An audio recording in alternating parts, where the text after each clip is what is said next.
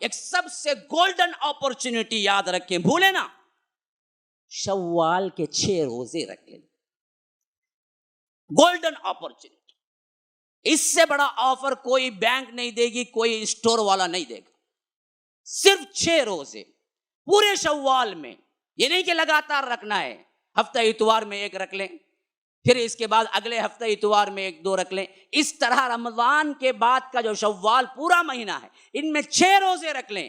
اللہ کے رسول صلی اللہ علیہ وسلم کہتے ہیں کہ اگر اس نے شوال میں رکھ لیے 6 روزے تو یاد رکھو وہ سال بھر روزے رکھنے کے برابر ہے، پورا سال۔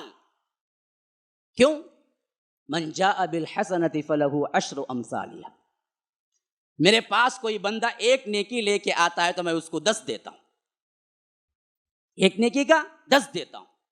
اب دیکھ لیجئے 30 رکھ لیے آپ نے، پھر 6 ملا لیے تو کتنا ہو گیا؟ 30 پر 6 انٹو 10 360 دن ہی ہیں چاند کے مطابق، سورج کے مطابق 360 پر 5 دن ہیں سال کے، لیکن چاند کے کیلنڈر کے مطابق 360 دن ہیں۔ چاند کا کیلنڈر کم ہوتا ہے، سورج کا کیلنڈر زیادہ ہوتا ہے۔ تو تم نے دراصل 30 پر 6 روزے جو رکھے وہ اگر 10 سے انٹو کریں گے تو 360 ہوتا ہے، اور 360 دن کے روزے اللہ تبارک و تعالی ثواب دے دیتا ہے۔ صرف 6 روزوں کا اہتمام کرو رمضان المبارک کے بعد، اور یہ نہیں کہ لگاتار رکھنا ہے، پورے شوال میں کبھی بھی رکھ سکتے ہیں۔ یہ گولڈن اپرچونٹی ہے شوال کے ساتھ ساتھ، صرف شوال میں اگر تم کر لیتے ہو تو ایسے اللہ تبارک و تعالی تمہیں پورے سال کا تمہارے لیے صیام کا ثواب لکھ دیتا ہے۔ یہی معاملہ نمازوں کے ساتھ بھی ہے، یاد رکھو مسلمانوں، 5 پڑھتے ہیں، لیکن رب کا اعلان جو ہوا معراج میں وہ یہی ہوا تھا کہ بندہ 5 پڑھے گا ہم اس کو 50 نماز دیں گے۔ معلوم نہیں آپ کو؟ اللہ نے پہلے 50 نماز فرض کی، پھر حضرت موسیٰ کے کہنے پر بار بار جا کے کیا ہے آخری میں 5 نمازیں ہوئی۔